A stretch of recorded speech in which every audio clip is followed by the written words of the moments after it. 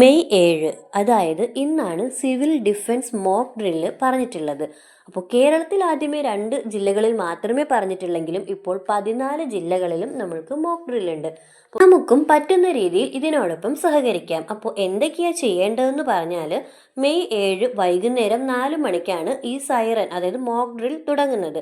അപ്പോൾ പാലിക്കേണ്ട കുറച്ച് നിർദ്ദേശങ്ങളാണ്. സൈറൻ മുഴങ്ങുമ്പോൾ എല്ലായിടങ്ങളിലും വീട്ടിലായാലും ഓഫീസിലായാലും വേറെ ഏത് സ്ഥാപനത്തിലായാലും ലൈറ്റുകളെല്ലാം ഓഫ് ചെയ്യണം.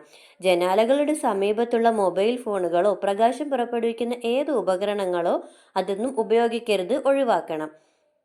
അതുപോലെ ജനാലകൾക്കടുത്ത് ഈ ലൈറ്റ് ഉണ്ടാക്കുന്ന ഉപകരണങ്ങൾ വയ്ക്കരുതെന്ന് പറയുന്നത് കംപ്ലീറ്റ് ഒരു ബ്ലാക്ക് ഔട്ട് ഉണ്ടാക്കാനാണ്, മൊത്തത്തിൽ ഒരു ഇരുട്ട് സൃഷ്ടിക്കാൻ വേണ്ടിയിട്ടാണ്. അപ്പോൾ അത് മാക്സിമം എല്ലാവരും ചെയ്യുക. ഇതിൽ ദീർഘമായ സൈറൻ മുന്നറിയിപ്പിനും ചെറിയ സൈറൻ സുരക്ഷിതമാണെന്ന അറിയിപ്പിനുമാണ് മുഴക്കുന്നത്.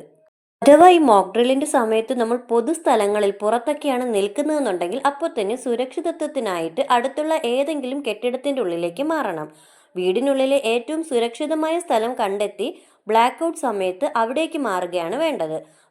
ബ്ലാക്ക് ഔട്ട് സൈറൻ കേൾക്കുമ്പോൾ തന്നെ തീപിടുത്തം ഒഴിവാക്കാൻ വേണ്ടി ഗ്യാസ് അല്ലെങ്കിൽ മറ്റുള്ള വൈദ്യുത ഉപകരണങ്ങളെല്ലാം ഓഫ് ചെയ്തിടണം. എല്ലാ വീടുകളിലും പ്രഥമ ശുശ്രൂഷ കിറ്റുകൾ തയ്യാറാക്കണം.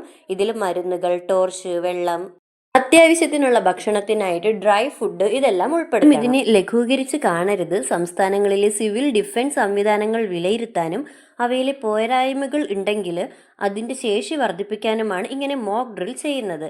അപ്പോൾ നമ്മളെല്ലാവരും ഇതിനോടൊപ്പം സഹകരിക്കണം. B A responsible citizen.